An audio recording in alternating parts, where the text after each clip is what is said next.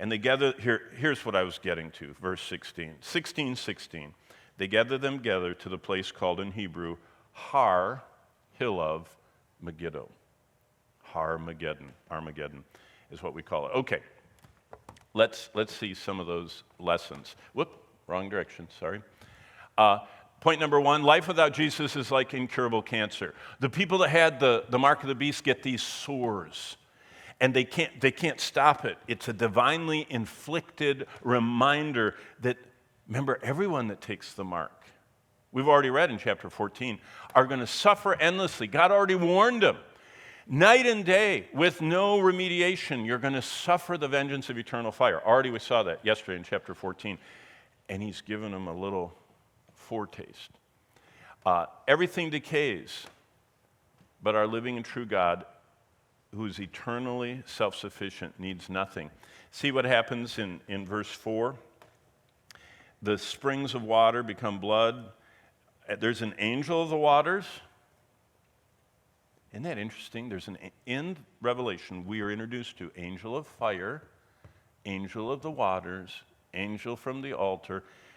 Just like demons inhabit the idols and everything, God has angels that are in charge of various parts of humanity's existence that we don't know anything about. This is all it says. It's just, boop, angel of the water, Wow, that's interesting.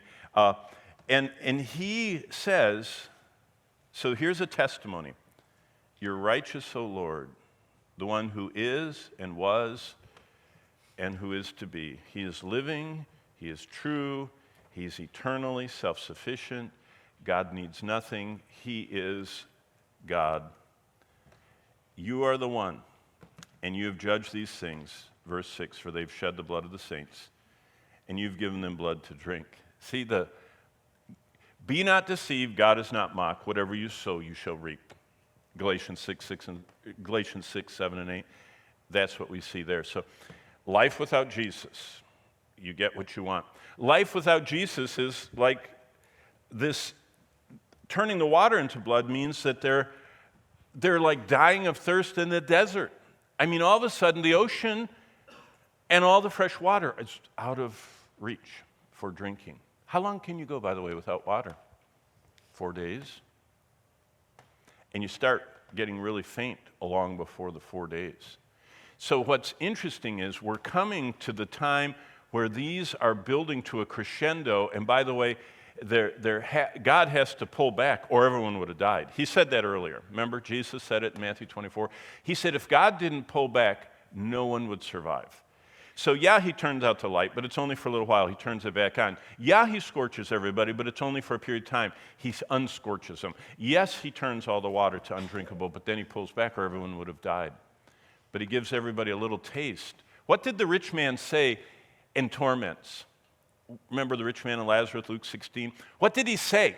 What did Jesus say? He said, he's sticking his tongue out, and he says, if you would just take your finger, Lazarus, dip it in a glass of water, one drop on the end of your finger, if you would reach across the great divide and just touch my tongue, it would be the greatest thing in the world.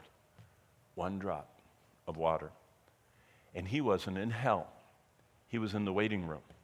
He was just getting a foretaste in Luke 16. He was in Hades, suffering, but not yet in hell. And, verse 10, life without Jesus is like living in total darkness. Luke chapter 1, when Jesus was preceded by John the Baptist's father, Zacharias, gives a big prayer. At Christmas time, we read it sometimes. It's called the Benedictus. And he prays this prayer. Do you know how he ends it? I'll read it to you. It's one of the most graphic descriptions of how God looks at us in our sin. Because we were born without Jesus, and we were born blind. And Luke says, to give knowledge of salvation to his people by the remission of their sins through the tender mercies of our God, with which the dayspring, literally sunrise, from on high has visited us. Jesus is the sunrise, to give light to those who sit in darkness and in the shadow of death, to guide their feet into the way of peace. We were born in total darkness spiritually, living life without Jesus in the dark, and we're blind, and we're sitting on the edge of a precipice headed toward destruction. And the light of the world walks by. And in our blindness and darkness, all of a sudden, even people that have their eyes shut, and even some people that have a form of blindness where they still have nerve connections, they can sense changes in light, even though they can't see anything. And it's that picture that in our total blindness and blackness, the light of the world walks by everyone. How do we know that? Jesus said it. He said, I'm the light of the world that lighteth every blind person sitting in darkness that comes into the world. That's John 1. Well, the verse says, he lighteth everyone that cometh in the world, but he is the light of the world, and we are blind and sitting in the darkness. So the light of the world walks by every blind, darkened, sitting on the edge of the cliff, headed to destruction, human that's ever lived. And Paul tells us, if they just go and reach out toward that light, he says, if you will grope after me, I'll let you find me.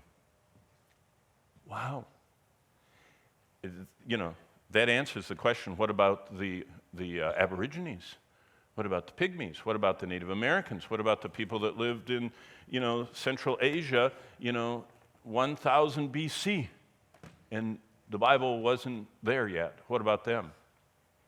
The light of the world, Jesus, God in human flesh, revealed to us now. He is the light that has lighted everyone that's ever come on this world. So that, what does Romans say? They are without excuse. If God says every human is without excuse, they are without excuse. How do we know what God did? Because you piece together what he said. He said, we're sitting in the darkness, we're blind, he's the light of the world, he comes by. He lights enough that we know he's there. If we will reach out for him, he will reveal himself to us. How does he reveal himself to us? Depends on what time in history it is.